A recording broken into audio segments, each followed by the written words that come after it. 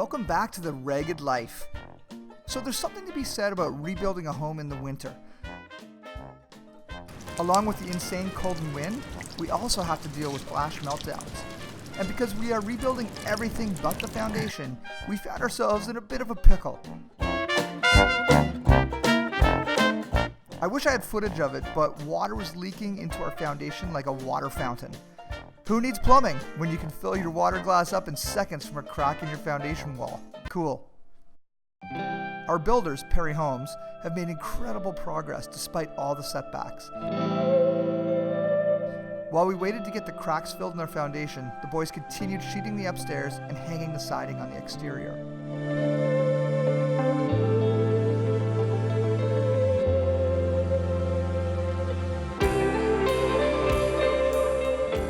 One of the costs of living on the mighty Wallastock and Kennebecasis rivers is that every spring we get a high freshet.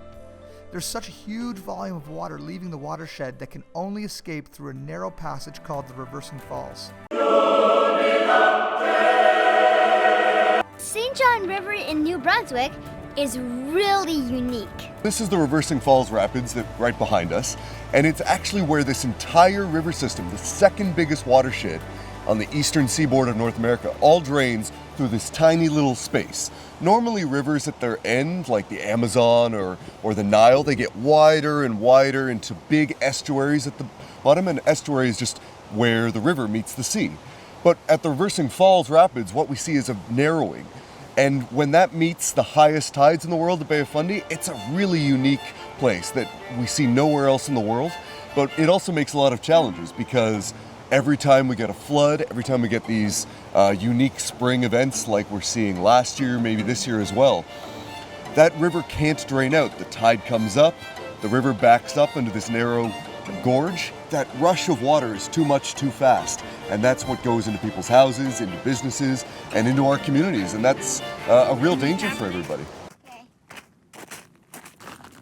We're at the new house and everything's melting and it feels so nice and there's iceberg.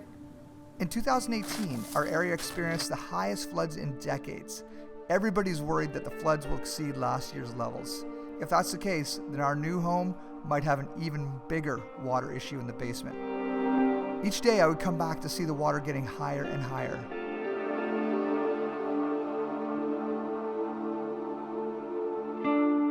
Usually we have about 20 feet of sandy beach from our retaining wall. Now there's no beach at all. So I was here yesterday and I was standing on the retaining wall. And now look what it does in 24 hours. This is our retaining wall, and yesterday I was standing on it.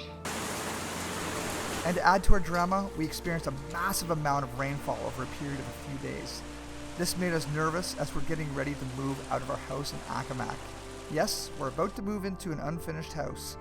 You see, we sold Accomack back in October to an awesome guy named Andrew. And Andrew let us continue to live there, renting from him until April. And this week is moving week. It's April. Will the floods be so high that we won't be able to get the moving trucks over to Ragged Point? Or should I say, Ragged Island?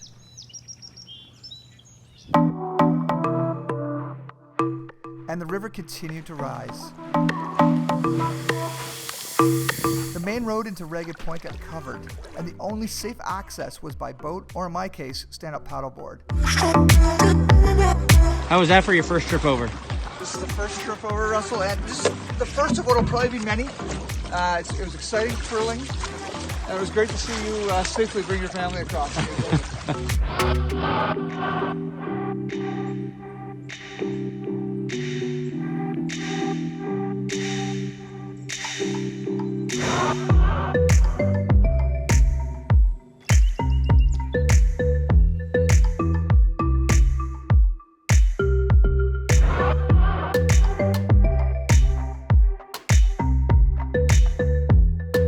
Flooding didn't stop the home builders though.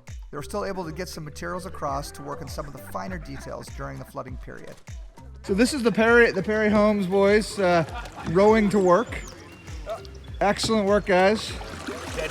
Thanks for building the house in all weather conditions. -40 winters to floods.